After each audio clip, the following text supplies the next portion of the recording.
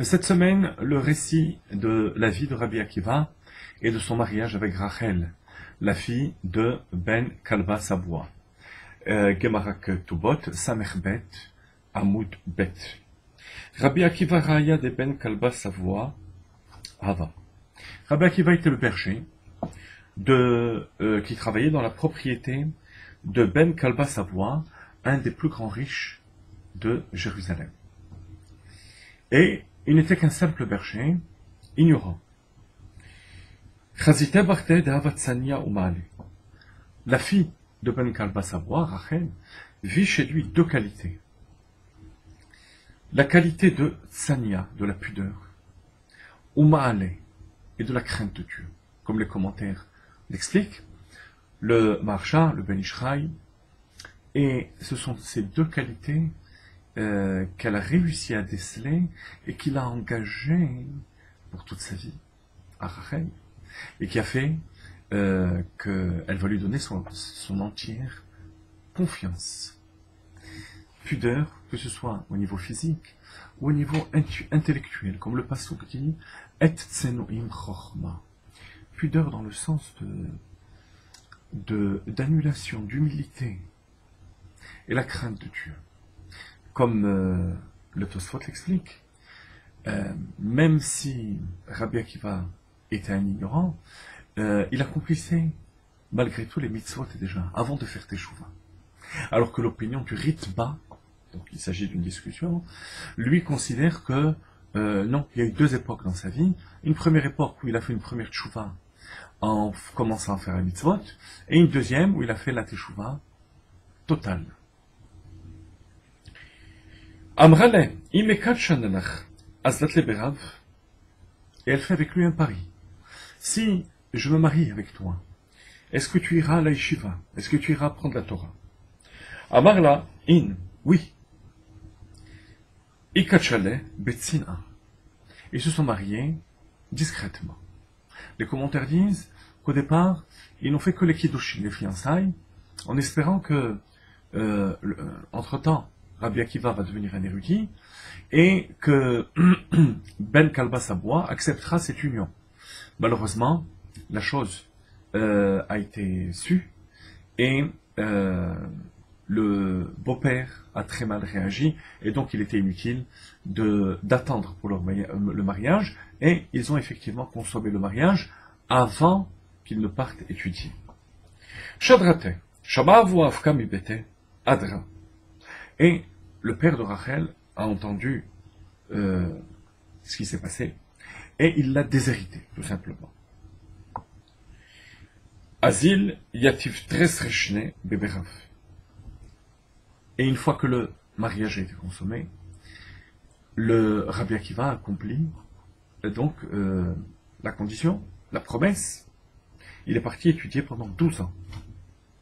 Kiata a été baradé Tresre Alfé Talmidé. Et en revenant, il est revenu avec 12 000 élèves. Shamelahu Sava de Kamerla. Et en arrivant, avant même qu'il ne rencontre Rachel, il entend des voix, une discussion dans la maison. Il entend un vieillard qui dit à Rachel, Adkama kamedabra talmenut chaim, jusqu'à quand vas-tu vivre comme une veuve, sans mari? Amrale, il est dit Sayet, Yativ Tresre Shnachim. Et il entend sa femme dire, si ça ne tenait qu'à moi, il partirait de nouveau pour 12 ans. Parce qu'entre-temps, elle a entendu qu'il arrivait en ville. Je serais prête à ce qu'il reparte pour 12 ans d'études. Amar Birshot Ka'avidna, Adarazi. Et à ce moment-là, Rabbi Akiva se dit, finalement, j'ai la permission, je repars. N'oublions pas que les 12 premières années correspondaient à une étude chez l'Olishma. C'était une étude avec intérêt, l'intérêt de se marier avec Rachel. Et c'est lorsqu'il va surmonter cette épreuve et repartir pour 12 ans que Mitor chez l'Olishma, Balishma, que son étude va véritablement atteindre le but. Et effectivement, il repartit pour 12 ans. Et Kiata a été badé Esrin Barba al-Fetami. Et en revenant, il revint avec 24 000 élèves. Shamad Vetro, Avakanafka Leape. Et sa femme entendit que le grand Rabbi Akiva était venu. Elle est partie l'accueillir. Amrou le shivater, she'eli mané levush v'irsei. Ses voisines lui disent, elle est habillée en guenille.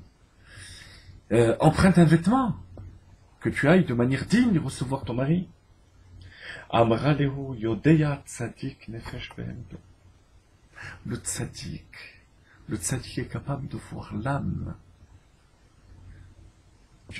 Vous savez très bien que mon mari était un berger. Ce ne sont pas les vêtements, le faste des vêtements qui vont me faire reconnaître auprès de lui. Mais c'est la Neshama. Comme le Ben Ishraï explique, elle voulait faire allusion au fait que cet engagement avec Rabbi Akiva, ce n'était pas un engagement romantique, c'est la Neshama. Elle a senti les forces de la Neshama qui correspondaient à sa propre Neshama. Et le tzaddik est capable de déceler. Et il me reconnaîtra sans les vêtements. Qui matia les gabé nafla à la pa, comme une ashkale la karaï.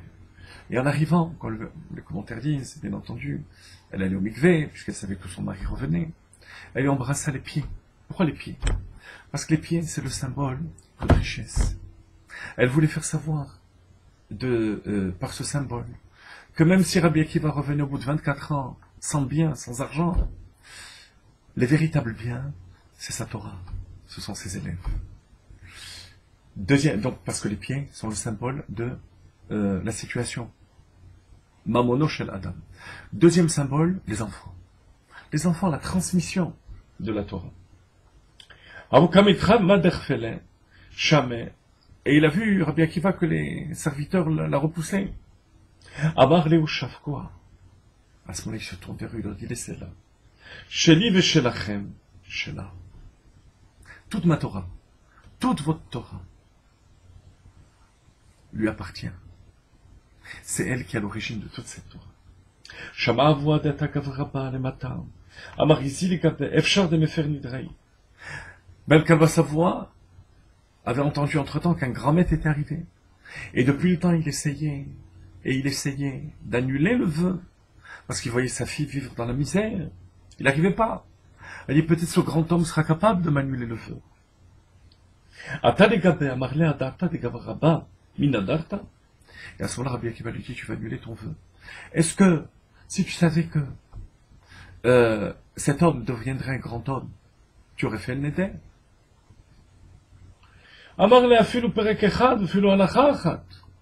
Ben Kabba Savoie lui dit humblement, même un chapitre, même une halakha, s'il était capable de connaître, je lui aurais donné ma fille. À ce moment-là, Rabbi Akiva s'adresse à lui et lui dit, c'est moi Akiva. Nafal à la pève et nashker le carré, et elle palgué ma monnaie. Et à ce moment-là, il tomba aussi à ses pieds. Il lui embrassa les pieds et lui donna la moitié de sa richesse. C'est là que Rabbi Akiva offrit à Rachel un diadème avec la ville de Jérusalem. Et la Gemara raconte que la fille de Rabbi Akiva fit la même chose aussi, avec Ben Asai. Et comme la Gemara termine, telle mère, telle fille. J'aurais voulu insister sur deux points essentiels. Premier point, Rabotai, l'ambition. Il faut avoir de l'ambition positive. Comme les commentaires, le Ben Ishraï notamment, dit, pourquoi est-elle partie chercher un ignorant? Elle aurait pu se marier avec un Talmid Chacham,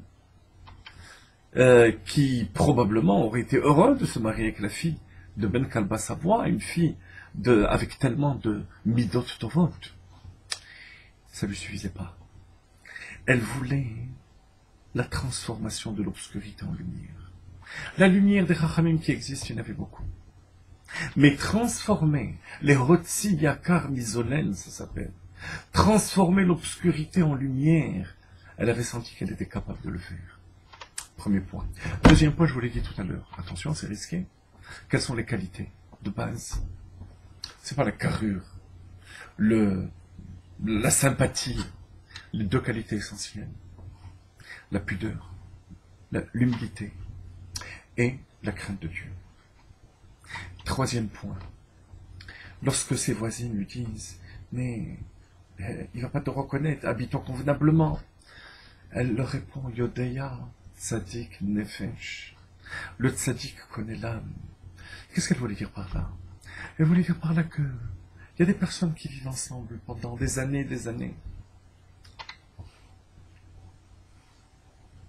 de manière parallèle, sans véritablement vivre ensemble, sans construire quoi que ce soit ensemble.